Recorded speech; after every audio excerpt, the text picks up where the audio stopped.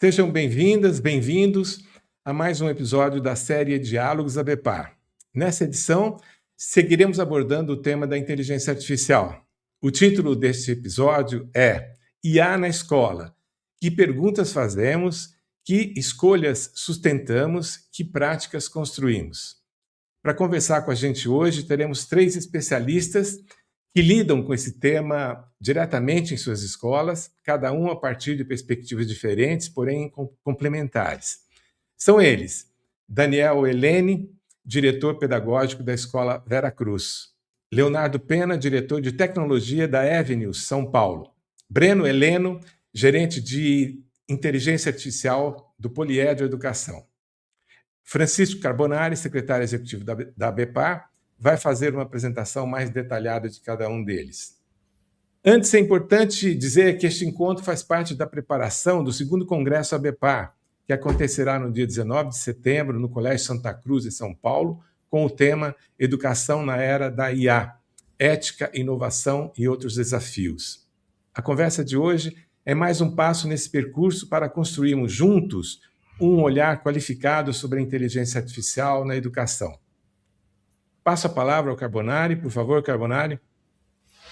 Boa noite a todos. Estamos iniciando mais um programa da série Diálogos da ABPAR, discutindo o tema da inteligência artificial como preparação para o nosso 2º encontro que acontecerá em setembro no Colégio Santa Cruz, e com uma novidade que é a participação de profissionais que atuam nas escolas associadas da ABPAR, como são esses 3 convidados de hoje. Se há poucos anos a inteligência artificial parecia um tema distante, hoje ela está dentro das escolas. Nas pesquisas dos alunos, nos textos que produzem, nas imagens que criam, nas dúvidas que resolvem, e cada vez mais na própria forma como aprendem e se relacionam com o conhecimento. Isso significa que a discussão sobre inteligência artificial deixou de ser uma questão tecnológica. Ela se tornou uma questão eminentemente pedagógica. O tema desse encontro de hoje traduz bem esse desafio. A IA na escola, que perguntas formulamos, que escolhas fazemos, que práticas construímos. Porque talvez o mais importante nesse momento não seja apenas descobrir o que a inteligência artificial é capaz de fazer, mas refletir sobre aquilo que nós, educadores que atuamos nas escolas, decidiremos fazer com ela. Que tipo de aprendizagem queremos preservar? O que continua sendo essencial no trabalho intelectual do aluno? Como formar o pensamento crítico em um ambiente de respostas instantâneas? Como utilizar a tecnologia sem renunciar à autonomia, à criatividade e à dimensão humana que possui a educação?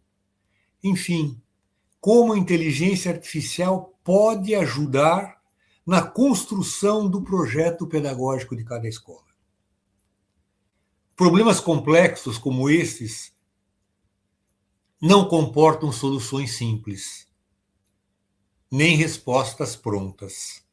E talvez seja justamente por isso que encontros como esse que nós estamos fazendo sejam tão relevantes. Mais do que discutir ferramentas, queremos hoje refletir sobre as escolhas que as escolas começaram a fazer e sobre as consequências pedagógicas, éticas e culturais dessas escolhas. Temos certeza que será uma conversa extremamente rica e provocadora. Para participar conosco desta conversa, nós convidamos 3 representantes de escolas associadas à ABPAR. Não vou fazer detalhamento do currículo, mas vou simplesmente informar as escolas às quais eles pertencem. A gente tem o Breno Heleno Ferreira, que é gerente de inteligência artificial da Diretoria de Inovação e Aprendizagem do Colégio Poliedro. Léo Pena, Leonardo, mas estou chamando de Léo, diretor de tecnologia da Escola Avenues de São Paulo. E Daniel Helene, diretor pedagógico do Colégio Veracruz. Eu queria agradecer a presença de vocês três, que nos honram muito e que certamente contribuirão para a nossa discussão, e de todos que estão nos assistindo.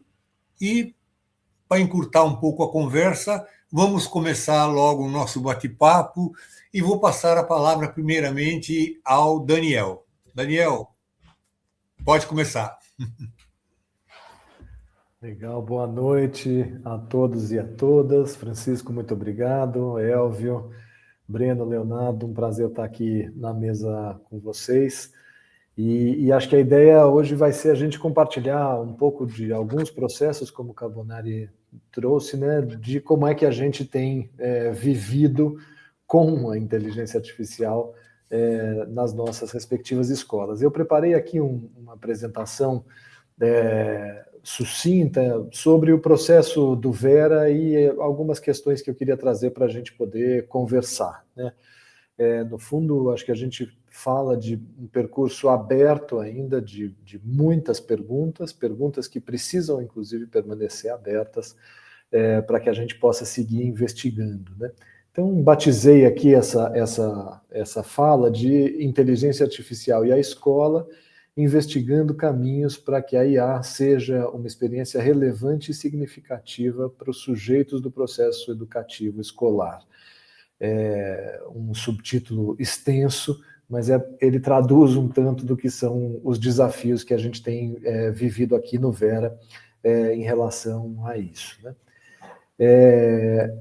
De saída, queria compartilhar com vocês um pouquinho do caminho do Vera nesses últimos anos aqui, esses últimos 3, 4 anos que a gente tem lidado com as questões da tecnologia digital, e de um certo caldo cultural que também se transforma, né? Então, eu destaquei aqui algumas coisas que aconteceram de 2023 para cá.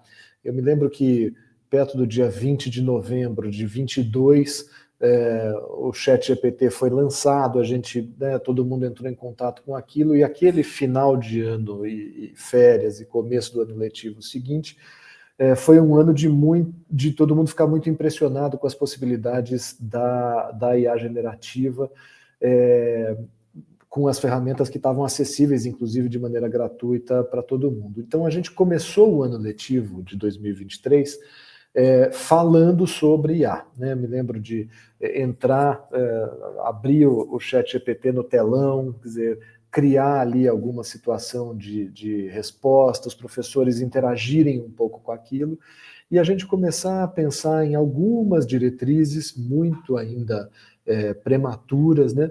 Mas que tinham a ver essencialmente com uma ideia fundamental, que era: a gente não deve ficar na chave de ficar investigando, descobrindo se os alunos estão usando ou não estão usando isso, quer dizer, como é que a gente vai fazer para entender se um aluno está colando com IA, etc.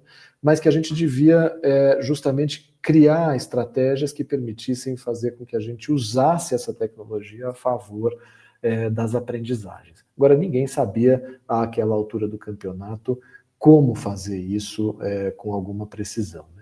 Em paralelo, a gente veio buscando corresponsabilizar as famílias também sobre os smartphones na escola, né? Começou a ter muita demanda para que a gente olhasse para isso, proibisse antes da lei, etc. Então, essa foi uma discussão que andou um pouco paralela, e em 2024 ela tomou à frente, né, das conversas sobre tecnologia na escola, de modo que a gente retornou, de fato, à IA no ano passado, levando para as reuniões com as famílias. Também começamos a receber algumas perguntas das famílias para a escola, né, em relação ao uso de IA, famílias que começavam a observar seus filhos usando inteligência artificial em casa e que estavam também interessadas em saber A gente limita, não limita, proíbe, não proíbe, usa como, a escola tem feito que movimentos no sentido de ensinar os nossos filhos a usar isso melhor, e essas questões eram solidárias às nossas questões aqui, né, que também eram apresentadas para as famílias nas reuniões que a gente veio fazendo ao longo de todo o ano passado. Esse ano, agora de 2026, tem sido um ano de formação da equipe e de uma incorporação mais intencional do uso da inteligência artificial em alguns processos da escola. E aqui é uma incorporação intencional e crítica, né? Acho que isso vai ficar também evidente um pouco no que eu vou trazer. Bom, o título lá fala, e o subtítulo, né, fala de relevância e significatividade para os sujeitos do processo educativo escolar. É importante a gente ter em mente de que sujeitos a gente está falando, né? Estou querendo focar aqui nos estudantes, no seu processo formativo, na equipe, no seu fazer profissional, e aqui é importante um esclarecimento, quer dizer, quando eu digo no seu fazer profissional, eu estou essencialmente conectado à ideia da promoção das aprendizagens dos estudantes, e não naquilo que muitas vezes se ligam, né, os professores à inteligência artificial, que é um pouco assim, o que a inteligência pode fazer por mim, né?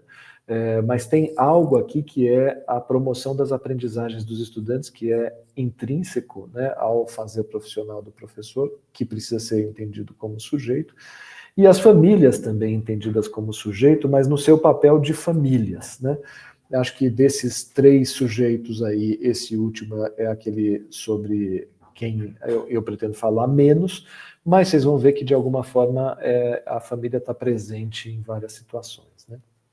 Eu queria trazer algumas questões que têm sido levantadas aí por especialistas, e vou usar como referência esse material que foi produzido pelo Silvio Meira, e que tem servido para a gente como um importante guia, assim, né, nas nossas questões aqui no Vera, sobre como é que a gente lida com IA, como é que a gente pensa os processos formativos dos professores, como é que a gente mergulha um pouco nessa complexidade, né?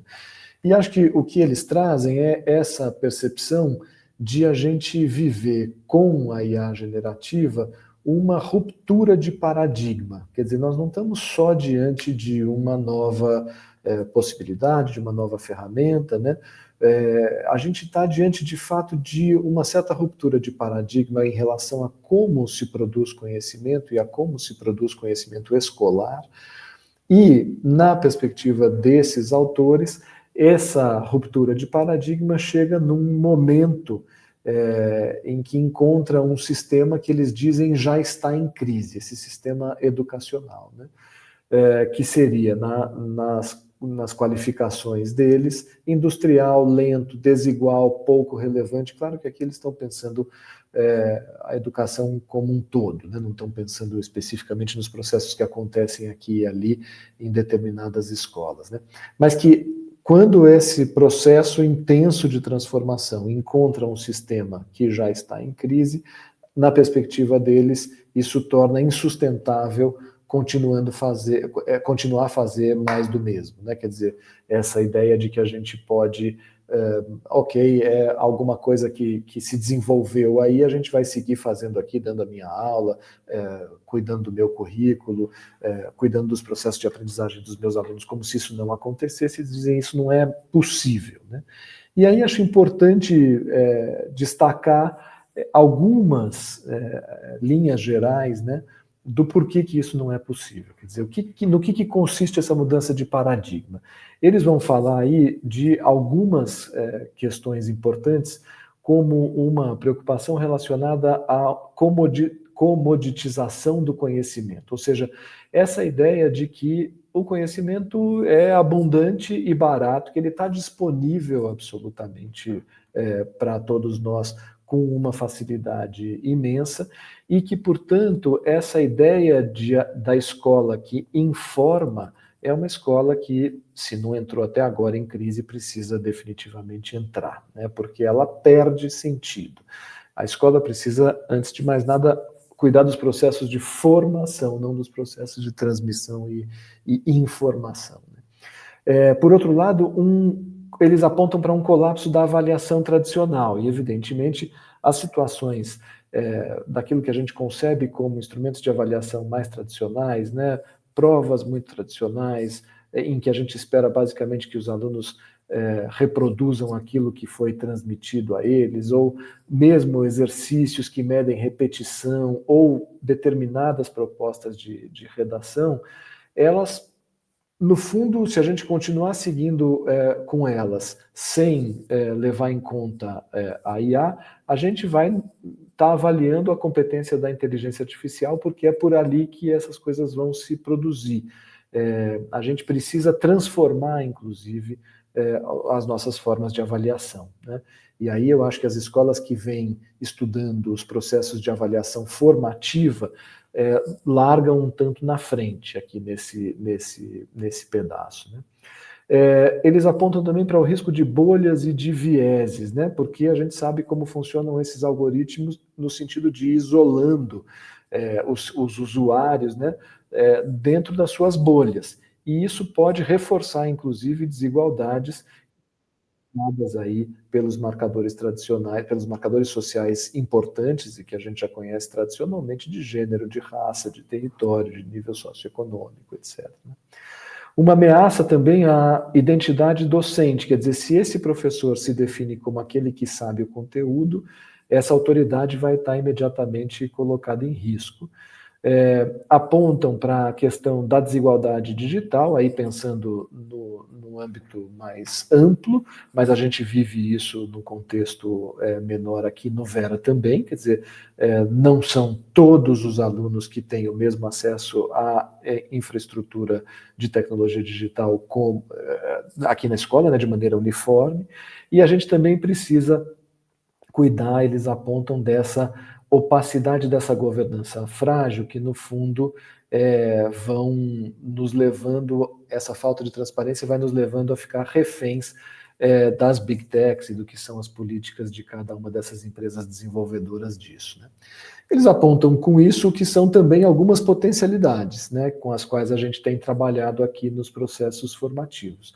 Quer dizer, a ideia da diferenciação do percurso de cada aluno em escala, quer dizer, eu consigo usar a inteligência artificial para promover uma maior personalização das experiências escolares. E o risco aqui, importante de sublinhar, é que a escola precisa continuar operando no coletivo, né? A escola é um ambiente de socialização secundária e é um ambiente, por excelência, coletivo, onde a gente dispara processos coletivos e onde a interação é fundamental. Mas esse maior acento individual é algo que a gente pode ganhar com a inteligência artificial e que nos permite cuidar daqueles alunos que estão lá na frente, dos alunos que estão ficando um pouco mais para trás e de como é que a gente vai vivendo essa diferenciação dos processos, né? Outra coisa que eles apontam é a liberação do tempo docente, porque a gente pode pensar na automação de algumas tarefas que são essencialmente mais burocráticas ou repetitivas, claro que não da atividade criativa dos professores, né? A gente já volta a falar disso. Uma ampliação do repertório pedagógico, então a gente pode tomar a inteligência artificial como parceiro cognitivo, e isso aqui eu acho que é muito importante, não só para os alunos, mas também para os professores, e apontam para uma espécie de redesenho da escola que pode se transformar um pouco num espaço-tempo que se coloca como polo de colaboração, de criação, prototipagem e convivência, quer dizer, mais no sentido de desenvolvimento de projetos do que de um espaço que concentra aulas tradicionais da forma como a gente entende essas aulas de maneira mais tradicional, né? Esses autores também vão trazendo algumas questões centrais que de alguma forma estão tocadas aí pelo que eles já apresentaram, a mudança no papel do professor, né, que tem que encontrar um outro jeito de ser professor, mudanças naquilo que diz respeito ao conteúdo do que ensinar, né, a gente pensando um tanto no que são as atividades mais autorais do professor, uma mudança em relação ao avaliar, que é o que a gente vinha trabalhando no slide anterior ali, A redefinição do valor da escola e da universidade, em que precisam se colocar de um outro jeito, né? Quer dizer, buscar evidenciar o seu valor, não como centros detentores do conhecimento, mas como centros que viabilizam aprendizagens, que viabilizam mediações, que têm a ver com processos, de novo, que se dão no coletivo. E também cuidar dos processos de soberania e política pública, de novo relacionado às perspectivas de não ficar dependente das big techs, mas aqui, para as nossas escolas, também tem a ver com a perspectiva de a gente institucionalizar políticas de IA dentro das nossas unidades de ensino. Acho que tem uma questão mais fundamental, quer dizer, que é essa ideia de que proibir ou ignorar a inteligência artificial é inviável e perigoso, né? A gente precisa, no fundo, aproveitar essa oportunidade para reinventar a escola, reinventar a docência, naquilo que é relacionado à inteligência artificial, né? Então, aqui a gente precisa trabalhar com formação docente, reforma curricular e avaliativa e, de novo, a infraestrutura, né, do ponto de vista das políticas institucionais, assim como a governança ética, que envolve um processo de investigação bastante robusto. O que a gente tem observado aqui na escola também relacionado a isso? Entre os alunos, um uso frequente nos anos finais e no ensino nos anos finais do ensino fundamental e no ensino médio, um uso que nem sempre é franco e declarado, então a gente vai vivendo uma espécie de inviabilidade crescente das lições de casa, que são basicamente feitas com IA, então tem uma questão do uso ético, né, que se coloca aqui. Um baixo hibridismo, no sentido de a gente pensar que a inteligência artificial pode estar atuando junto com o sujeito na elaboração das reflexões, do conhecimento, e uma alta frequência do uso mais em substituição, né, à própria atividade criativa. A gente observa também desigualdade de acesso e multiplicidade de ferramentas de IA generativa. Um caminho que é de autoformação, no que concerne a entender como fazer os prompts ou mesmo as potencialidades da inteligência artificial, e algo relacionado aí ao que a gente chama de dataset, ou enfim, ao banco de dados que alimenta a inteligência artificial, porque a gente vai observando também uma dificuldade de um uso mais contextualizado ou referenciado à escola, referenciado aos materiais da escola, né? E é possível a gente resolver isso, né, com o uso de determinadas ferramentas. Entre os professores, a gente vai vendo um uso também não institucionalizado e ele está acompanhado de uma ausência de diretrizes mais claras e orientações. Então, aquilo que em germe estava colocado lá no início do ano letivo de 2023 ainda é um desafio.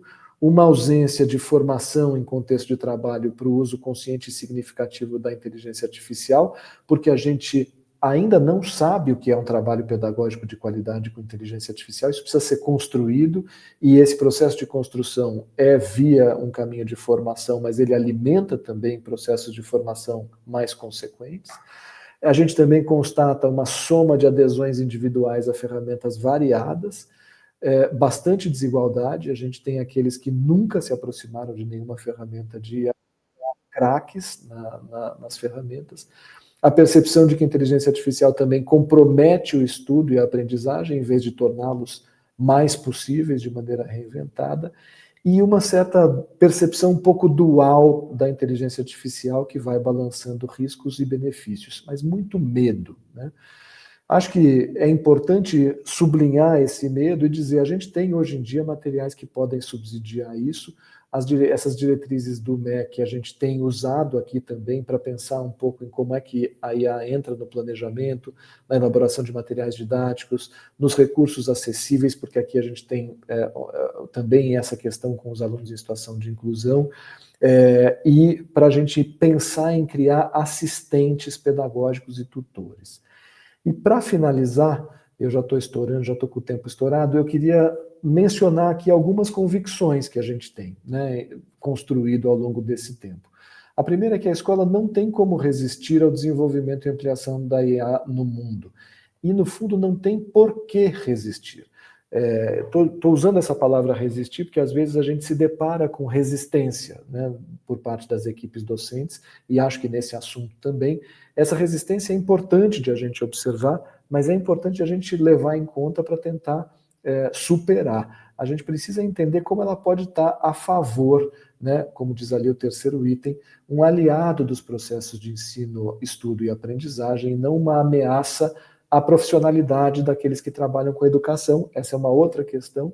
A gente sabe muito bem que a inteligência artificial pode ser usada para explorar melhor o trabalho ou para demitir professores que passam a ser inúteis em função da inteligência artificial. A gente não deve entrar nesse risco, né? Não há implantação de inteligência artificial na escola se não for num processo vivido com os sujeitos do processo educativo escolar, ou seja, que considere e inclua seus medos, dúvidas e saberes. Também estamos convictos de que todo o ensino com inteligência artificial deve ser acompanhado do ensino sobre inteligência artificial, o mesmo valendo para os processos formativos com as equipes. E o ponto mais fundamental disso tudo é aquele que eu tinha antecipado. A gente ainda não sabe o que vai se constituir num trabalho pedagógico de qualidade com inteligência artificial. É muito importante que a gente tenha isso claro. E, portanto, é decisivo que a gente compartilhe experiências, e como isso que a gente está fazendo aqui hoje no Congresso da ABEPAR, e que a gente sustente a pergunta, né? Essa pergunta aberta sobre o que é um trabalho pedagógico de qualidade com inteligência artificial, enquanto a gente vive a investigação num processo que precisa ser liderado pelas escolas e pelos profissionais de educação, e não que seja importado de fora para dentro. Acho que é isso que eu tinha para trazer aqui hoje. Desculpe me exceder no tempo. Obrigado, Daniel, por ter apresentado a visão do Colégio Vera Cruz dentro da questão da inteligência artificial. Eu já passo em seguida a palavra para o Leonardo, que é do Avenues, para que também faça as suas observações. Tá ótimo, obrigado. Bom, primeiro, obrigado aí pelo convite. Eu acho que é uma discussão que tem sido feita no ambiente da escola quase que diariamente, né? Especialmente junto das famílias, que trazem também uma preocupação muito grande em relação a esse novo fenômeno de uso da inteligência artificial no cotidiano, mas especialmente no cotidiano escolar. E eu acho que, sim, antes de começar a pontuar algumas ideias que a gente tem na Avenues em relação à inteligência artificial, acho que eu queria contar um pouquinho mais sobre o projeto, especialmente a parte de tecnologia, só para que a gente entenda de que contexto eu estou falando, né? Qual é o meu ponto de partida. Então, a Avenues, ela, desde o início, ela se propôs a ter tecnologia como uma parte constituinte do projeto pedagógico. Então, a gente tem, por exemplo, dentro da escola, uma função que são os integradores de tecnologia, e eles são profissionais que não têm necessariamente uma grade de aulas, né? Um momento em que eles vão entrar em sala de aula para ensinar tecnologia. Eles, na verdade, funcionam como facilitadores da adoção de tecnologia dentro da escola, atuando junto dos professores para mostrar como que eles podem usar as potencialidades da tecnologia no processo de ensino deles, e também junto aos alunos para mostrar também como é que eles podem usar a tecnologia nas atividades diárias que eles fazem associados ao ensino escolar.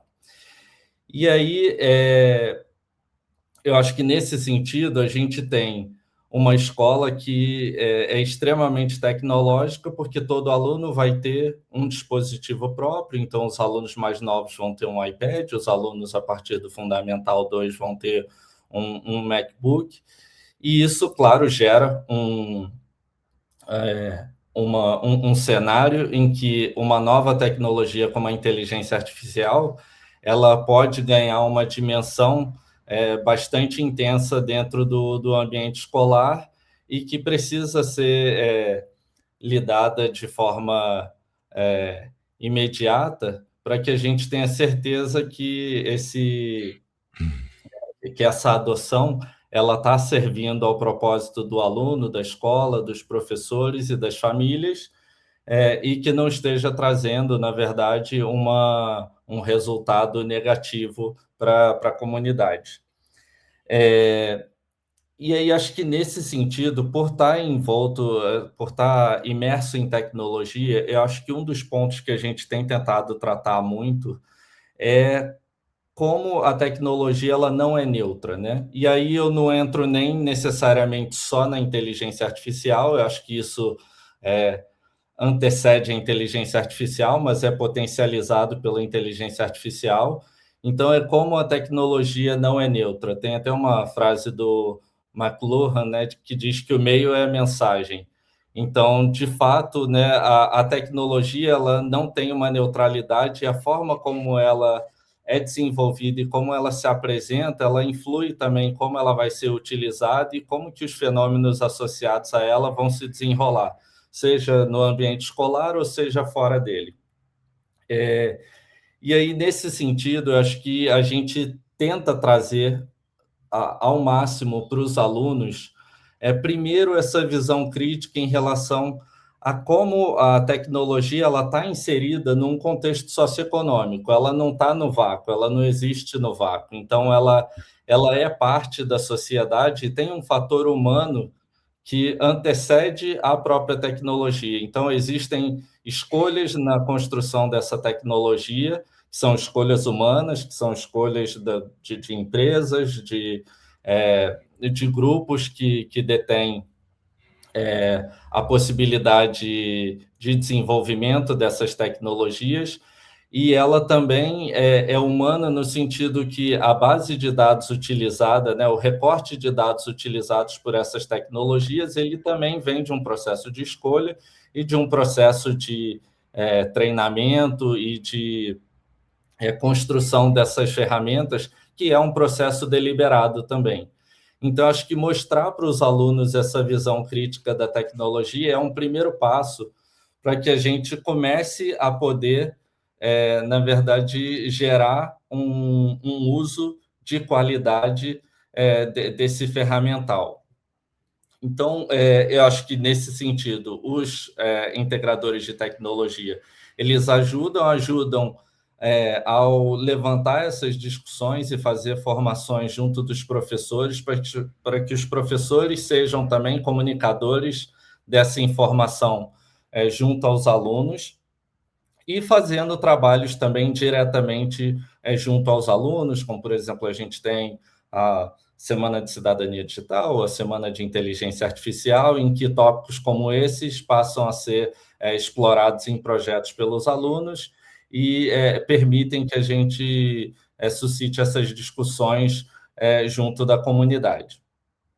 Eu acho que, passado tendo esse primeiro entendimento de que a tecnologia não existe no vácuo e tendo esse olhar crítico em relação à tecnologia, eu acho que um segundo pilar da nossa adoção de nossa adoção da inteligência artificial no ambiente escolar tem passado muito pela cautela.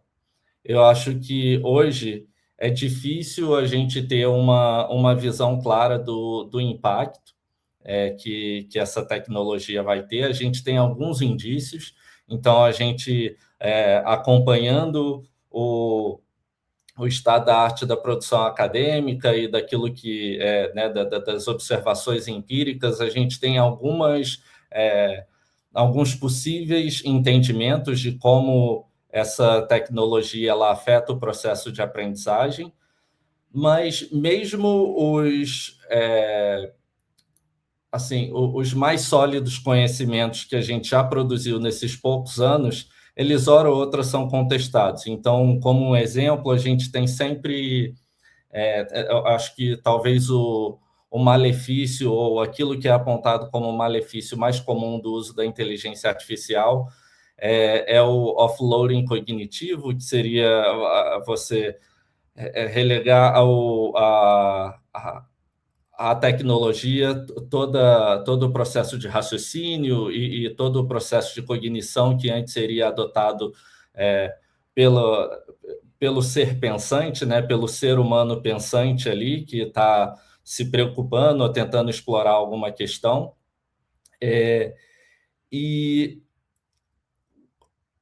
A ideia de que a inteligência artificial, quando ela faz, às vezes, desse pensamento crítico, ela se torna um problema, eu acho que talvez seja a maior certeza que até então a gente acreditava que era uma certeza, até poucas semanas atrás, ou poucos meses atrás, a gente acreditava que era uma certeza, era um dos conhecimentos mais sólidos que a gente tinha.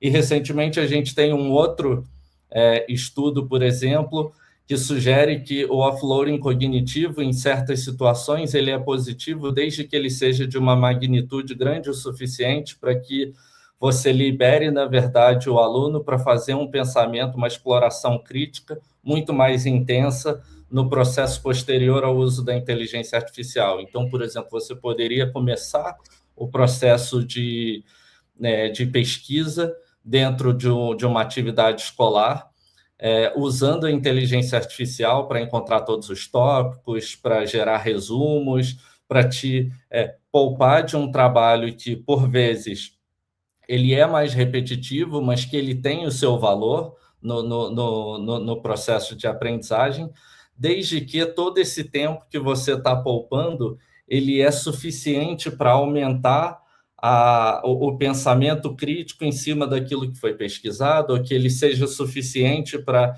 ampliar a possibilidade do aluno refletir sobre a própria cognição, né, a metacognição, ele entender exatamente o processo que ele está fazendo ali, e que, nesse contexto, talvez o offloading cognitivo não fosse um problema tão intenso quanto a gente imaginava antes.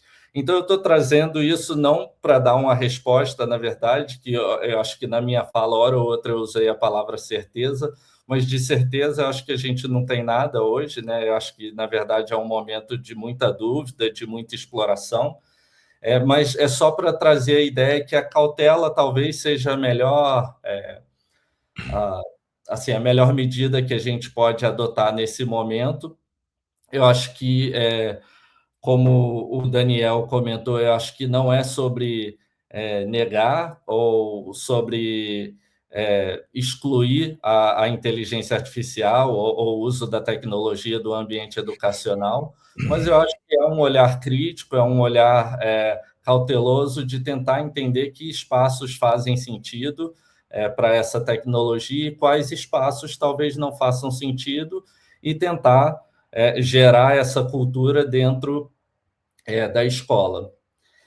E aí acho que o terceiro ponto que eu queria trazer, e aí acho que um ponto que eu não abordei, mas que é importante, né? Existem tantas óticas sobre esse mesmo tema, então eu estou trazendo aqui três pequenas reflexões, mas eu acho que existem inúmeras outras, especialmente no que tange ao uso prático, como você pode fazer o uso mais direto dessa inteligência artificial, que eu acho que valeria uma nova conversa, mas eu acho que eu vou me ater aos três que eu me planejei falar aqui. E eu acho que o último eu queria só comentar um pouco sobre, acho que como certas abordagens pedagógicas e certos processos de aprendizagem, eu acho que eles sofrem talvez um pouco menos, ao menos na nossa experimentação e na nossa observação empírica dentro da Avenues, do que outros. Eu acho que a Avenues é uma escola que faz aprendizagem baseada em projetos. Então, o ensino, vamos dizer, de ciências, de artes, de história, geografia, de inglês, ele tá todo conectado a um projeto, e normalmente esse projeto ele está associado a uma realidade local, a um contexto autêntico, a um contexto que faz parte do mundo que a gente vive, do mundo em que a gente está inserido, e esses projetos eles se desenvolvem muito por experiências, eles são projetos que não se dão só na aquisição do conhecimento, mas que se dão também pela experimentação. E acho que quando você junta esses fatores, você acaba eliminando talvez algumas das preocupações que ao menos as famílias da Avenues trazem constantemente para a gente, que e se meu filho ou minha filha está usando essa inteligência artificial para produzir o trabalho dele inteiro e ele não está mais, de fato, refletindo sobre aquilo que ele está produzindo? Ou e se o professor está usando a inteligência artificial para fazer a correção de toda e qualquer atividade e agora não mais ele tem esse elo e esse conhecimento profundo de quem é o meu filho, quem é a minha filha, o que é importante para que o processo de aprendizagem dele avance. Eu acho que quando você tem uma aprendizagem que está muito mais baseada nas experiências, no contexto local, que está ancorada por esse projeto, eu acho que você acaba não tendo um espaço tão grande para alguém meramente delegar a construção do conhecimento para a inteligência artificial, porque não é sobre gerar uma resposta correta para uma pergunta que está sendo feita. É o desenvolvimento de um projeto que está associado a uma realidade local que tem que ser lida, que tem que ser compreendida, que esbarra em vários conhecimentos das diferentes áreas, mas que não se restringe a ele. Por não se restringir a ele, isso dificilmente permite com que tanto o aluno como o professor façam um uso intensivo e exclusivo dessa ferramenta, né, que é a inteligência artificial, para todo o processo. Então, é claro, pontualmente, ela vai ser útil e ela pode ser utilizada, mas eu acho que ela fica restrita a um caráter mais auxiliar do que a um caráter preponderante dentro do processo. E acho que é isso que a gente tem tentado explorar com a família e com os alunos e professores, né, com a nossa comunidade em geral, de que a gente não quer deixar de abordar o fenômeno, entender a potencialidade da tecnologia e entender também como ela não deve ser utilizada. A gente quer trazer a discussão para dentro da escola, mas a gente quer localizar onde essa discussão faz sentido dentro do contexto que a gente vivencia. Então, eu acho que é por aí. Eu acho que eu brinco com as famílias e acho que o mesmo vale aqui, é que a minha fala sempre termina talvez com mais questões do que respostas, mas que são respostas que a gente não tem realmente e que não é um problema. Eu acho que o maior problema é se a gente tivesse cheio de certeza dentro de um fenômeno que começou há 2, 3 anos e a gente tivesse propagando essas certezas sem ter cautela, sem ter pensamento crítico. Então, o momento agora é esse, é o momento de discussão, de apresentação de ideias, e acho que é daí que talvez vai surgir um conhecimento mais sólido para o futuro em relação ao uso dessa tecnologia. Obrigado, Leonardo, da Avenues, e já passo em seguida a palavra para o Breno, do Poliedro, para que também faça suas considerações. Boa noite, colegas. Coisa boa a gente falar sobre IA entre educadores, né? Eu tenho dito que quando a gente não tem tantas evidências, porque a IA como objeto de pesquisa, ela existe desde a década de 50, né, pessoal? A gente agora está conformando um campo científico, porque são tantas tensões para além da computação, e eu tenho ficado muito feliz de encontrar educadores discutindo esse tema com tanta seriedade, com tanta vontade de fazer um uso qualificado dessas tecnologias. Aqui no Poliedro a gente começou mais ou menos em 2024 a abordar esse tema de forma mais aprofundada. E eu tenho gostado muito de falar em inteligências artificiais no plural, porque são tantas que fazem tantas coisas que a gente precisa começar também a desnaturalizar essa ideia de uma IA única, que é uma autoridade cognitiva. Ela não é, né, gente? No fim das contas, ela é um modelo de linguagem ou um modelo preditivo que vai se comportar de forma muito objetiva e, em grande medida, previsível para algumas coisas. Tem um pesquisador que eu gosto bastante, não sei se vocês conhecem, que é o Justin Wright, que ele faz uma análise de tecnologias educacionais numa perspectiva diferente que a gente está acostumado.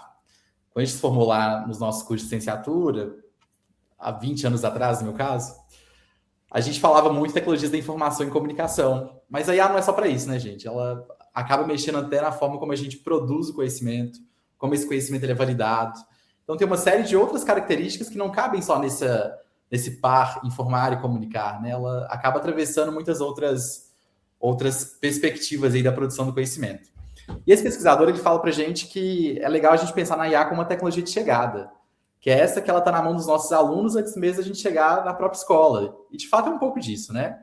Quando a gente pensa que todos os dias nós temos produtos e modelos surgindo, tem até uma base, não sei se vocês conhecem, a There is an AI for That, que é uma base que existe desde 2015 e ela varre a internet para saber quais novas IAs surgem todos os dias.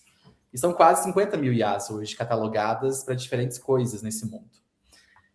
E eu concordo muito com o Daniel quando ele traz essa questão do medo, né? Porque quando a gente precisa preencher esse espaço, que é o espaço, de um lado, transformações que acontecem, que eu preciso incorporar na escola, e do outro, a falta de evidências, a gente preenche essa lacuna com medo ou com mágica, né? São duas coisas que a gente tem visto aí acontecer muito na nossa prática de educadores. Mas, bom, pessoal, do lado de cá a gente começou em 2024. Agora que a gente tem uma legislação nacional, né? Na verdade, não é uma legislação ainda, é um documento de diretrizes. Ele traz duas chaves importantes para a gente pensar na IA e na função da escola, que é o ensinar com e ensinar sobre, né? Então, ensinar com é a gente usar a IA para uma tecnologia educacional, assim como a Lousa, o GIS, o Data Show, o Retroprojetor e tantas outras tecnologias que a gente coloca nesse lugar da tecnologia educacional. E o ensinar sobre, que é talvez a dimensão mais importante aqui da nossa prática. Porque nós precisamos trabalhar uma perspectiva de letramento para os nossos estudantes não só utilizarem ferramentas de IA, mas produzirem, entenderem como que elas carregam vieses, que é um pouco do ponto que o Léo trouxe, e que é inegociável, né, a gente olhar para essa tecnologia e não entender em profundidade que não é sobre medo nem mágica, né? Ela tem ali uma série de características que elas são importantíssimas a gente trabalhar na nossa sala de aula. Então, hoje, eu até adicionaria, talvez, uma terceira visão, até seguindo um pouco das nossas legislações, que é ensinar para esse mundo transformado pela IA. Então, a gente ensina sobre como essas IAs funcionam. Temos aí a BNCC Computação chegando esse ano com uma obrigatoriedade. E ela traz esse arcabouço mais técnico e científico de coisas que a área de computação já precisa nos ajudar na educação básica. E temos também agora uma função de refletir o que é esse mundo marcado pelas inteligências artificiais. Contando um pouquinho do nosso processo, né? Aqui em 2024, nós seguimos muito o que a gente tinha até aquele momento, que eram as publicações, sobretudo da Unesco, relacionadas à função da IA dentro da perspectiva da transformação docente. Então, aqui nós escolhemos começar pelos professores. A gente publicou, inclusive, um guia com o framework de competências da Unesco. A gente tem uma questão ética que é negociável, a gente tem uma questão de uma nova pedagogia da IA, e nós trouxemos essa perspectiva mais formativa para o nosso grupo docente. O Poliedro, assim, eu reconheço aqui o nosso privilégio, porque nós também somos uma editora, então para a gente é negociável a autoria, é negociável a produção de conteúdo como parte da nossa ação educativa. E para a gente foi muito caro não encontrar ferramentas que, a princípio, elas não tinham os guardrails que a gente gostaria. Então, nós investimos também no desenvolvimento de tecnologia, para a gente conseguir entregar para o nosso professor a experiência mais próxima do que são os nossos projetos pedagógicos editados pela nossa editora. Então, nós, junto com a formação de professores, nós criamos o Cosmos, que é um hub de inteligência artificial. Ele tem uma série de modelos próprios e modelos generativos, e ele vai tentar endereçar algumas dores que a gente conhece bem, como, por exemplo, o fabricar o tempo, né? A gente sempre tem um grande desafio de ter tempo para fazer coisas na nossa escola. Acho que mesmo o Léo aí trabalhando com projetos, a gente, mesmo em algumas arquiteturas pedagógicas mais sofisticadas, a gente ainda tem esses desafios do tempo, porque o tempo do professor, ele é muito valioso, e ele é muito também difícil da gente negociar alguma coisa para caber nesse tempo. E aí, veja bem, colegas, nós temos a BNC Computação, a gente tem as pautas de educação digital também circulando na nossa legislação nacional e nas nossas práticas, e também aqui essa perspectiva da IA, que ela soma essas outras complexidades, coisas que a gente precisa fazer caber nesse tempo do professor. E aqui no nosso hub de IA, nós primeiro conseguimos conectar isso com os nossos conteúdos autorais. Então, ele é hoje uma ferramenta que endereça 4 momentos da jornada do nosso professor, como, por exemplo, planejamento. Então, eu tenho hoje uma forma de olhar para a minha construção de habilidades, conteúdos, objetos de conhecimento e fazer um planejamento situado com essa proposta. Isso tudo pensando em experiências que são qualificadas, não é só a geração de um texto aleatório por uma ferramenta generativa de mercado. É realmente a nossa abordagem aqui generativa, junto com o nosso conteúdo autoral, apoiando esse professor nesse desenvolvimento. E eu queria muito trazer aqui, gente, uma experiência que eu acho que como gestores a gente precisa usar mais, que é esse olhar crítico do professor. Acho que o professor ele não quer saber que a gente tem todas as respostas para começar a ter alguma atuação. Para a gente aqui, a coisa mais positiva, ao meu ver, foi essa construção colaborativa. Porque a gente testou isso com os professores, nós recebemos feedbacks deles, nós criamos um mapeamento do que a gente deveria fazer como segundo passo, terceiro passo. Isso foi muito legal ver os professores também ocupando esse espaço de produção de tecnologias, de desenvolvimento de tecnologias, e não somente de utilização. Então, além da nossa jornada de planejamento, que é o que eu acabei de contar para vocês, que foi a nossa primeira solução de IA que a gente entregou para os nossos professores, nós focamos muito em personalização. E aí a personalização aqui, muito pensando em acessibilidade e as questões relacionadas à neurodivergência.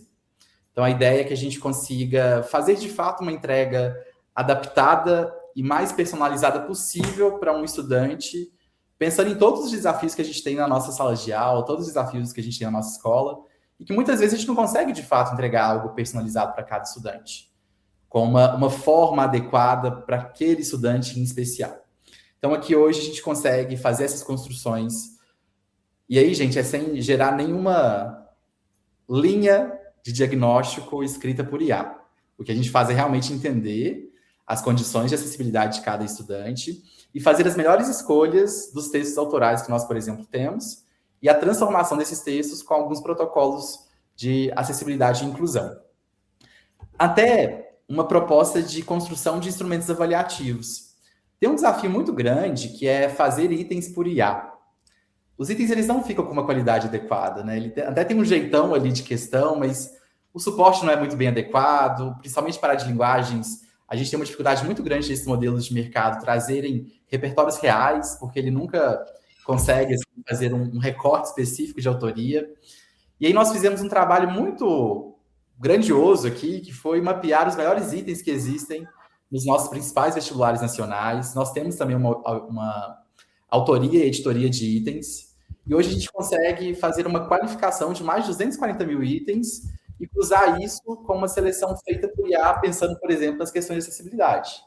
Então, eu vejo quais são as barreiras, quais são os objetivos pedagógicos de cada estudante, e eu consigo recuperar esses melhores itens, que são itens reais, qualificados, nada feito por IA nesse sentido generativo, entregar para o professor algo que ele possa, de fato, ali, se basear de forma mais consistente numa situação, por exemplo, de avaliação. Bom, além dessas práticas, nós temos começado aqui a olhar para as primeiras evidências também de ler e escrever com inteligência artificial. Recentemente, não sei se os colegas viram, mas Stanford trouxe uma revisão de literatura de tudo que a gente produziu nos últimos 5 anos, e ela avaliou 800 papers publicados a nível global, de quais tinham alguma correlação de evidência forte, que a gente pudesse, de fato, usar aquilo ali como um bom ponto de início de desenvolvimento de tecnologias. Fiquei muito surpreso, porque desses 800 papers que foram mapeados, somente 20 tinham alguma abordagem metodológica e evidências fortes para a gente, de fato, se basear. temos lá, né, duas evidências que eu acho fenomenais. Assim.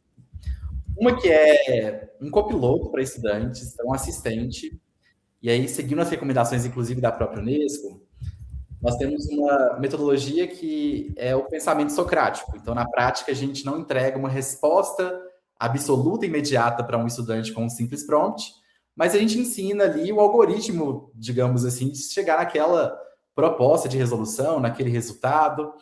E aí foi ótimo, porque essas evidências trazem exatamente um case espanhol, feito com base nessa construção de diretrizes, e a gente vê na evidência que os alunos não gostam disso. E não gostam porque tem esse viés de entrega de conteúdos tão feitos ali no autoplay de uma rede social e que, na prática, até esse cuidado pedagógico como entrega para os estudantes é uma coisa meio enfadonha. Eu estou trazendo isso para a gente realmente pensar no letramento como algo importantíssimo. A gente falou aqui no Poliedro desse nosso cuidado com os educadores, falamos aqui do nosso processo de desenvolver tecnologias de forma mais não soberana, né, gente? Porque a gente ainda depende de várias companhias, empresas, fornecedores, mas não está refém de uma IA que a gente não consegue ali fazer nenhum tipo de ajuste ou colocar a nossa identidade pedagógica. Então, realmente, fizemos esse passo, que é um passo de investimento importante, desenvolver as nossas tecnologias. E nesse ano, o nosso foco tem sido muito no cumprimento da BNCC Computação, que é uma obrigatoriedade, mas ela também é uma oportunidade de a gente trazer a IA conectada à BNCC Computação e conectada com a educação digital. E nós aqui fizemos uma proposta muito robusta de projetos interdisciplinares. Então, nós temos aqui, por exemplo, hoje, né, propostas desplugadas que a gente vai trabalhar lá na educação infantil, com as habilidades que são preconizadas. E aí tem uma prática que eu sempre vejo ela acontecendo em qualquer escola que tem educação infantil, que é trabalhar com receita, né? Receita é um gênero que a gente já trabalha na educação infantil. E aí, naquela visão da gente fabricar o tempo, a gente pode usar propostas como essas para adicionar uma camada ali de habilidades que a gente precisa desenvolver, seja de computação, seja de IA, e tratar, por exemplo, isso como um ponto, né, já ao nosso favor para esse letramento em inteligências artificiais. Então, hoje, a nossa principal iniciativa aqui, ela tem sido muito, depois dessa construção das nossas ferramentas, da construção desse processo de letramento com os nossos educadores, de chegar agora na sala de aula com propostas interdisciplinares. E aí são projetos, mas não só na forma, né? Eu acho que o Léo trouxe um pouco disso. A gente tem problemas situados que precisam ser resolvidos. E eu acho que o nosso desafio aqui como escola tem sido muito encarar esses problemas, porque o próprio exercício da autoria dos nossos alunos, o exercício do protagonismo, ele passa por isso, né? Ele passa por olhar socialmente para os problemas e resolvê-los. E é sobre isso que o ensinar sobre IA trata, né? A gente tratar dessas questões mais tecnológicas, de como que elas atravessam a sala de aula. Bom, acho que foi isso aqui, colegas, num tweet do que a gente tem feito. Tem sido um trabalho muito consistente, feito aqui a muitas mãos.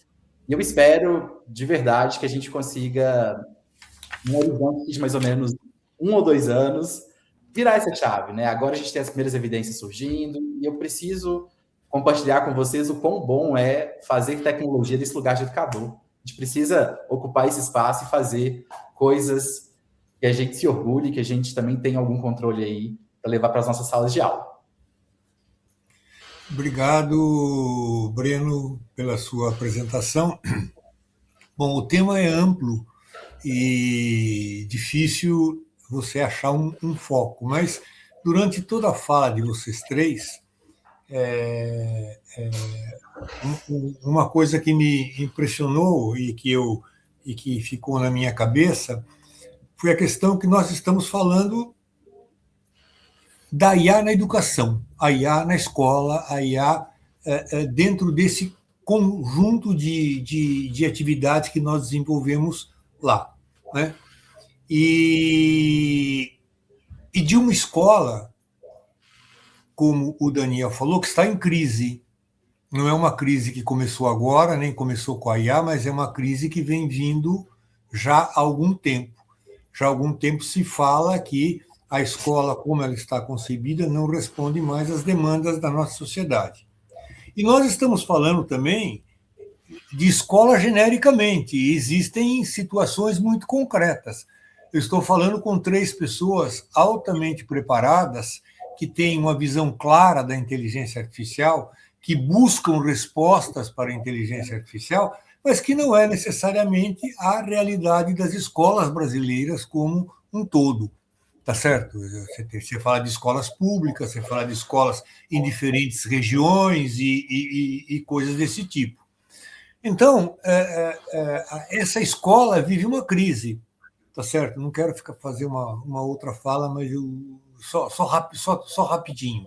E a crise ela sempre traz consigo 2 aspectos, que é o aspecto da esperança, né? Que é o aspecto, vamos mudar e vem algo novo, e o aspecto do temor, porque eu não sei aonde isso vai dar, tá certo? Então eu defendo a mudança, mas tenho um pouco de preocupação com isso. Nós tivemos, no enfrentamento dessa crise que vem antes, recentemente um choque grande que foi a pandemia. E se esperava que, após a pandemia, a escola saísse dela diferente. E muitos falavam, bom, agora a escola vai enfrentar os seus problemas. Isso, na verdade, não aconteceu. A escola superou a pandemia e continuou da mesma forma. A pergunta que eu faço para vocês é a seguinte: como vocês enxergam a inteligência artificial como uma possibilidade que pode nos ajudar a redefinir a escola e fazer com que a escola enfrente essa crise que ela enfrenta há muito tempo de uma forma mais consistente, mais objetiva? Não sei se está claro o que eu quis dizer, mas a pergunta é: o que a inteligência artificial pode trazer para o enfrentamento da crise que a escola passa? Fala, Elvio. Eu queria aproveitar também e colocar um tema que é um pouco diferente do Carbonari, aí vocês escolhem o que vocês vão querer comentar e tudo mais. A minha impressão é a seguinte, que a inteligência artificial não toca num aspecto fundamental da existência desde sempre, mas muito mais nesse momento, que é a presença humana, que é o compartilhamento da experiência, do contato, o que a escola tem, muito além da inteligência artificial, é essa absurda, incrível, maravilhosa contato humano, né? Quer dizer, quando você pensa, as mães pensando como se a escola fosse feita só para ensinar a dar respostas corretas, né? A escola ensina muito mais do que isso, né? Eu acho que quando a gente vê, por exemplo, o Papa Leão XIV aí lançando uma encíclica incrível, muito inteligente, que ainda a gente vai ter que estudar bastante ainda, mas de qualquer forma ela toca nesse ponto da IA de uma forma muito curiosa, muito interessante, e toca nas questões éticas, estéticas, etc. e tal, né? A gente vê a tragédia que tem sido nessas questões éticas e estéticas que tem sido as plataformas, né? Elas estão esbarrando em coisas complicadíssimas aí, né? E eu acho que o que a escola ensina vamos dizer assim, inexcedível, não tem como você...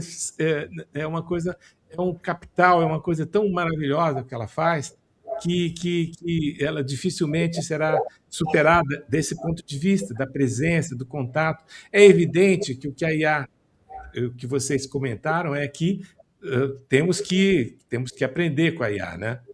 Com certeza, temos que usá-la, temos que fazer um monte de coisa, mas também temos que valorizar aquilo que é fundamentalmente, que é a força incrível que a escola é. Divirtam-se. Eu tenho mais uma pergunta, mas eu vou deixar para depois. Quem quer falar? Não sei se a gente vai na mesma ordem aqui, posso começar, mas Breno, Leonardo? Olha, acho que no fundo não é, óbvio, uma questão tão diferente. Eu acho que no fundo realmente ela compõe com a pergunta que o Carbonari levantou, porque acho que um pouco não tem como a IA ser uma promessa de alguma coisa diferente que vai nos ajudar a enfrentar um sistema em crise, né, como como o Carbonari estava dizendo, como esses autores que eu estava mencionando também põem, se não for num processo vivido com as pessoas, né, e pelas pessoas, por aquilo que faz a genuinidade da escola, que são os processos humanos. E eu acho que esse é o único caminho, quer dizer, o único caminho de a gente poder dizer isso aqui, essa ferramenta toda vai de fato nos ajudar a produzir uma escola melhor, que viabiliza melhores e mais profundas aprendizagens, que os alunos efetivamente encontrem sentido naquilo que eles estão fazendo todos os dias aqui no ambiente escolar, que a gente consiga produzir aprendizagens que se sustentam no tempo e que não se esvaem na próxima rolagem de feed, né? Eu passo ali para cima e esqueço completamente aquele negócio que eu acabei de ver, né? A vida digital tem muito disso, a gente entra em contato com um monte de conteúdo e nada fica. A escola também é o que fica, ela precisa ser do que fica, né? Então, se a gente não tiver, de alguma forma, traduzindo, né, a experiência de trabalho com a inteligência artificial, seja com os professores, seja com os alunos, seja com as outras pessoas que compõem o cotidiano escolar, de um ponto de vista que leve essas pessoas e os seus saberes em conta, ou seja, que essas questões sejam construídas na escola para a inteligência artificial e não da inteligência artificial para a escola, eu acho que a gente não vai tirar nada que preste da inteligência artificial, né? A gente vai talvez sucumbir a um mundo de um desenvolvimento tecnológico brutal. Enfim, acho que o Breno deu também bastante elementos para a gente pensar um pouco nisso, né? Ainda que a gente precise relativizar e entender qual é a verdadeira dimensão do que a gente está chamando de inteligência ou de inteligências artificiais. Mas o caminho precisa passar pelo humano na escola. Se não passar, eu tenho absoluta convicção de que não vai produzir bons frutos. Breno, Leonardo, querem fazer algum comentário?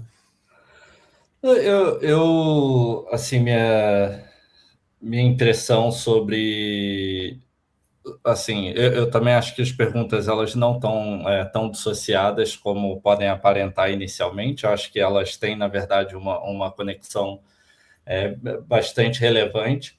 Eu vejo que, assim, o modelo, eu acho que no geral, né, falando de uma coletividade aí que com certeza tem suas especificidades, mas quando a gente olha para essa crise na educação de forma geral, eu acho que é muito sedutora a ideia de que aquela tecnologia ou aquele novo elemento ele vai ser a solução. E eu acho que dificilmente vai ser, ou foi, né? Não é eu acho que não é o primeiro movimento que tenta associar a tecnologia a uma disrupção do processo educativo e também que tenta colocar como um divisor de águas entre a educação que não funciona e aquela que funciona, né? Se a gente for olhando para trás, assim, a gente tem várias experiências que não quer dizer que foram não tiveram sucesso, mas elas simplesmente elas não foram uma solução em si em si se tornaram um novo modelo educacional, né? Então, há talvez 5, 6 anos atrás, a IA era o movimento maker, né? Era tudo aquilo que em toda escola existia um olhar para esse movimento, que era um movimento também de trazer os processos de fabricação digital, trazer a ideia de construção mão na massa para dentro do processo educativo, como uma possibilidade também de gerar ali uma disrupção e um novo modelo que talvez fosse mais interessante que o modelo que hoje é mais comum e que a gente entende como não muito eficaz. E, claro, trouxe seus benefícios, mas não foi uma resposta única. Eu acho que esse é o problema, nunca vai ser uma resposta única. Então, a inteligência artificial em si, ela não é uma resposta para a solução dessa crise dos modelos que a gente vivencia hoje de educação. E acho que quanto mais a gente tiver um olhar para ela como essa possível solução, acho que mais afastada a gente vai estar da potencialidade que ela pode trazer, porque eu acho que ela só pode trazer uma potencialidade como um elemento auxiliar. Se ela passa a ser o elemento central do seu modelo educacional, eu acho que naturalmente você está fadado a não a um fracasso completo, mas a um fracasso parcial. E eu digo isso por conta aí eu emendo no que o Elvio e o Daniel falaram, que eu acho que é a ideia de que o processo, a escola, ela é um espaço de formação, e é um espaço de formação, de construção do eu, um espaço de construção de coletividade, de entendimento do nosso papel dentro da sociedade. Então, e isso é fundamentalmente humano e não tecnológico, né? Então é difícil crer que uma tecnologia por si só vai dar conta de resolver todo esse caldeirão que existe ali associado à escola, sem que o centro seja, na verdade, humano, e ela seja só algo, um acessório ali. Quer complementar, Breno?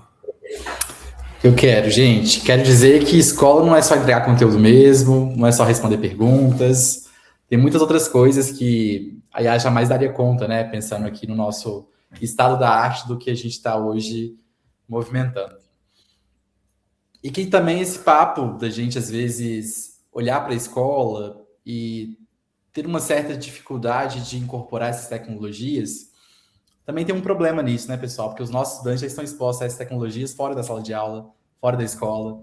Então, a gente também precisa, de alguma forma, ajudá-los nesse sentido. Acho que é uma questão de letramento, é uma questão de aprendizagem. E aí não tem medo nem mágica, né? Realmente a gente precisa focar no que é importante, que é a aprendizagem. E a aprendizagem, ela acontece de várias formas, mas a gente viu isso na pandemia. Ela precisa de uma presencialidade, né? De uma humanidade. E, bom, acho que os colegas disseram aqui coisas muito parecidas, mas o fator humano, gente, ele é inegociável, né? Quando a gente pensa em escola, a gente pensa em educação. E com a IA, acho que isso está bem protegido, né?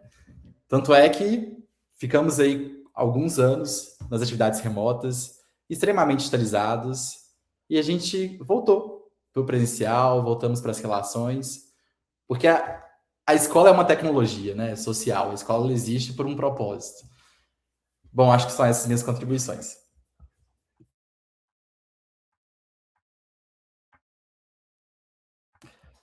Francisco, eu acho que seu microfone está fechado.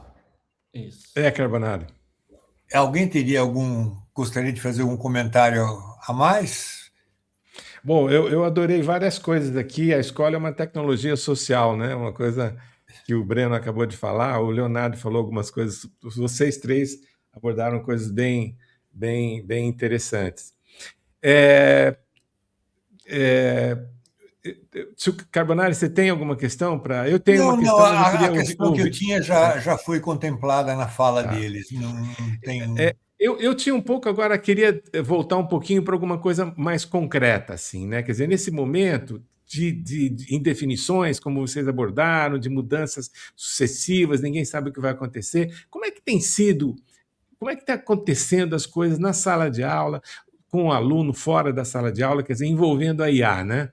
O que está rolando assim de curioso, de interessante, de, vamos dizer assim, coisas que ao mesmo tempo são um pouco, eventualmente, assustadoras, porque muito do que acontece com os alunos, às vezes acontece fora da sala de aula, acontece na casa do aluno, mas de alguma maneira repercute internamente, né?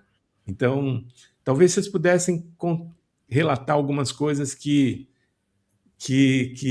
estejam acontecendo aí no dia a dia da escola.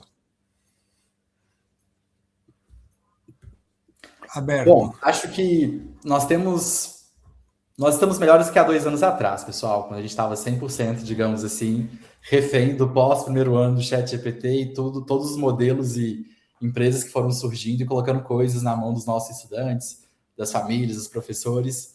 Mas tenho visto muitas coisas que concretamente me parecem que são tendências importantes. Por exemplo, olhar para a perspectiva da avaliação, não só pelo viés da correção, mas de uma correlação de instrumentos, entender como que a gente pode trabalhar esse lado menos generativo, ou seja, uma IA que não conversa com a gente, ela não precisa se propor a isso, e mais preditivo.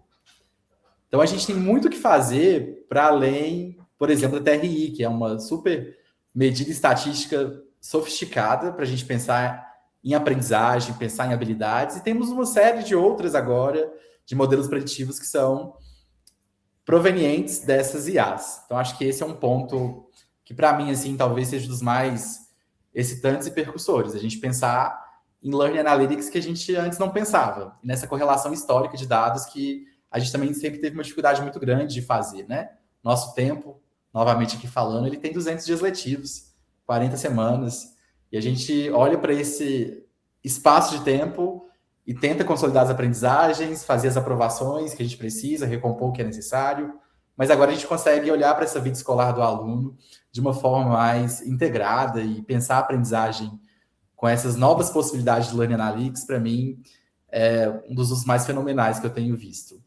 Tem um segundo ponto, que é realmente liberar tempo do professor. Tem muita coisa que o professor faz que, na prática, é aquela máxima, né, da gente delegar para a máquina o que é desumano. Não desumano no sentido aqui de indigno, tá, gente?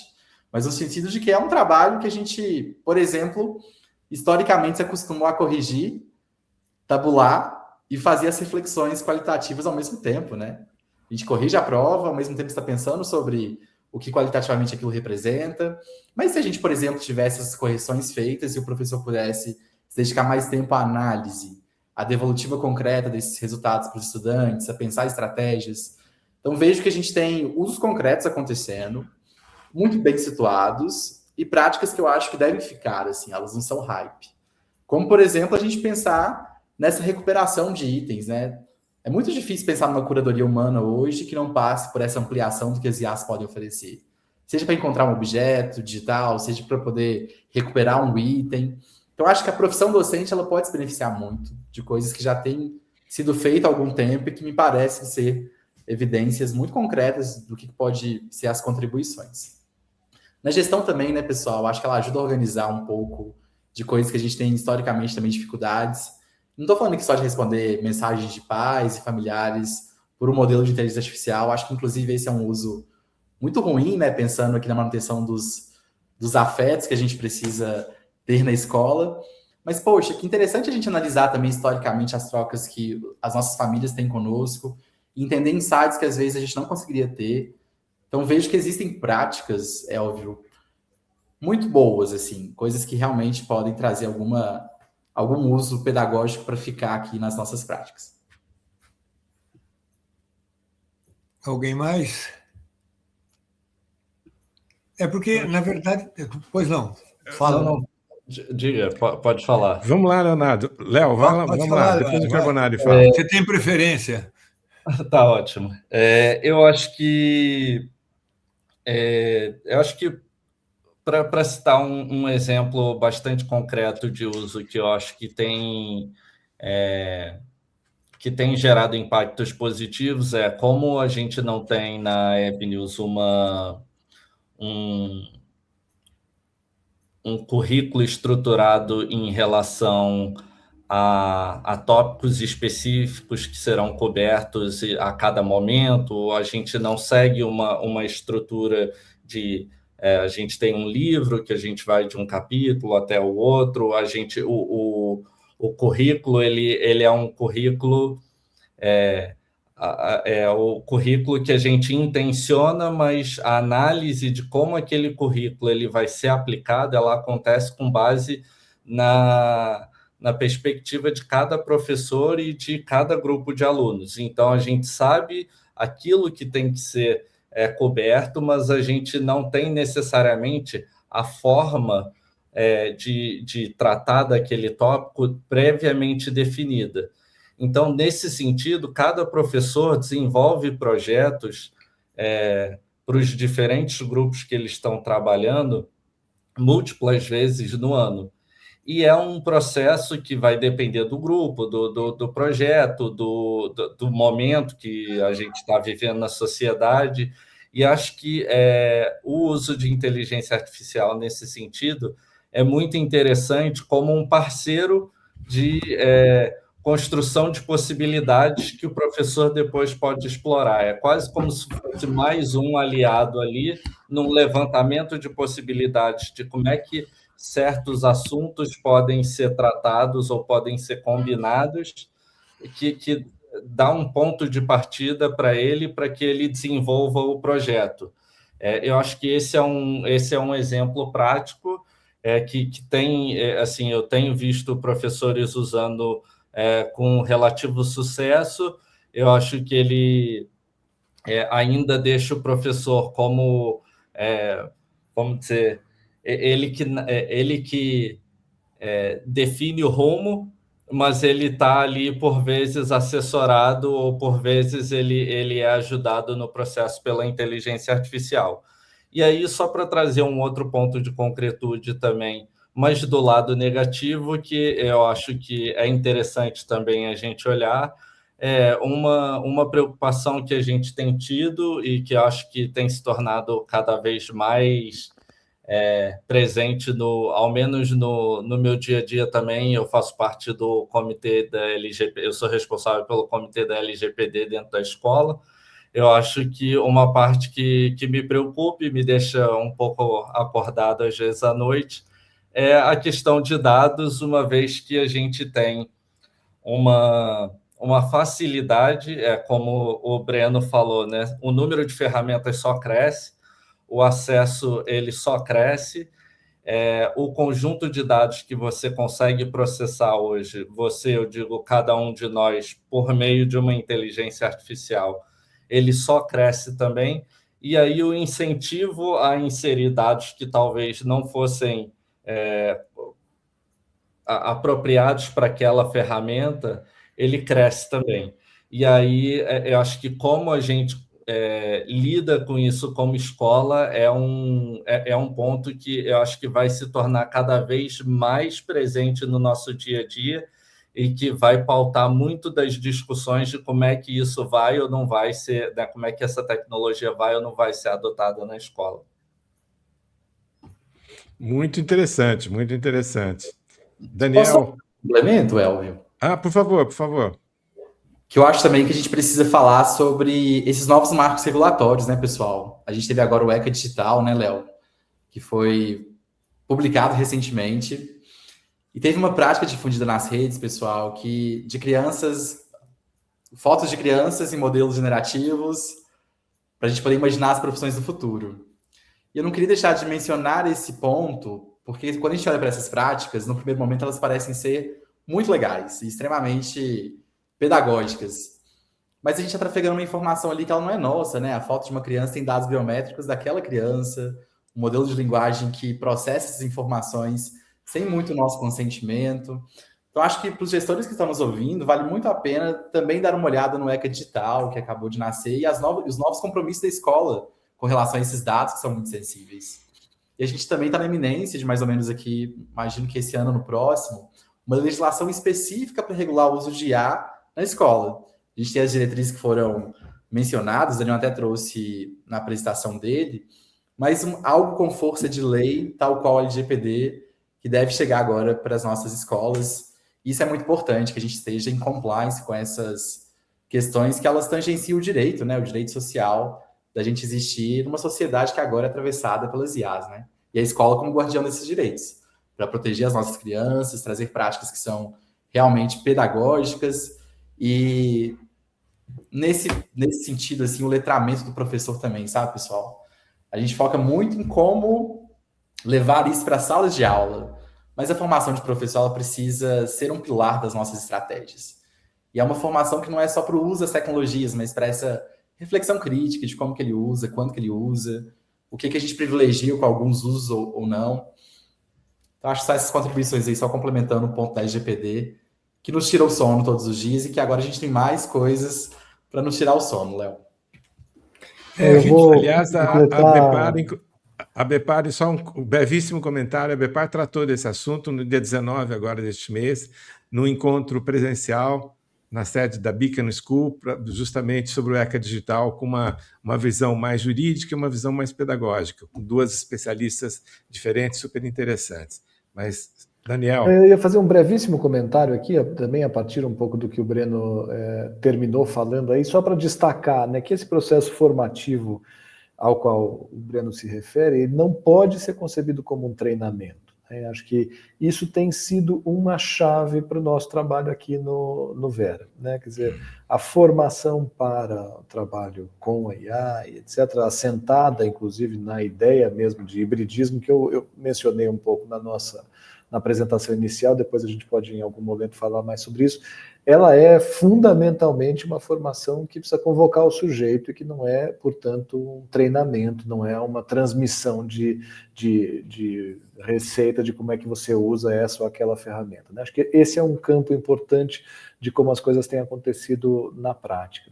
Outro campo importante que eu só pontuaria assim é que tem algumas coisas, né, que são potencialidades de fato das ferramentas de IA que estão disponíveis e que têm para nós sinalizado caminhos importantes. E aqui os assistentes ganham um lugar bastante especial. Também acho que essa é uma outra conversa, talvez no Congresso a gente faça, mas eu acho que esse caminho pode ser um caminho interessante para a gente pensar numa série de usos escolares, né, do que a gente faz e pode fazer com a IA. Né? O Congresso da Bepar, portanto, está chegando num momento muito oportuno para discutir esse tema, né? Sem dúvida, sem dúvida. Uhum. Carbonari, estamos aqui chegando a 1h30, acho que podemos trabalhar para o encerramento aí. O que você tem algum comentário, alguma pergunta? Não, acho que você pode encaminhar, porque a gente pode ficar aqui a noite inteira conversando, que vai ter assunto e vai sair, como disse o Daniel, com muitas perguntas, o que é uma coisa boa. E acho que você pode encerrar, Elvio. Olha, muito obrigado, Daniel Helene, diretor pedagógico da Escola Vera Cruz, o Breno Heleno, gerente de IA no Poliedro, o Leonardo Pena, diretor de tecnologia da Avenue São Paulo. Acho que foi uma conversa super, super interessante. Acho que fornece aí subsídios para o próprio Congresso, para os temas que eventualmente que serão discutidos no Congresso. Então, agradeço muito, agradeço ao Carbonari e é isso aí. Até o próximo encontro. Muito obrigado.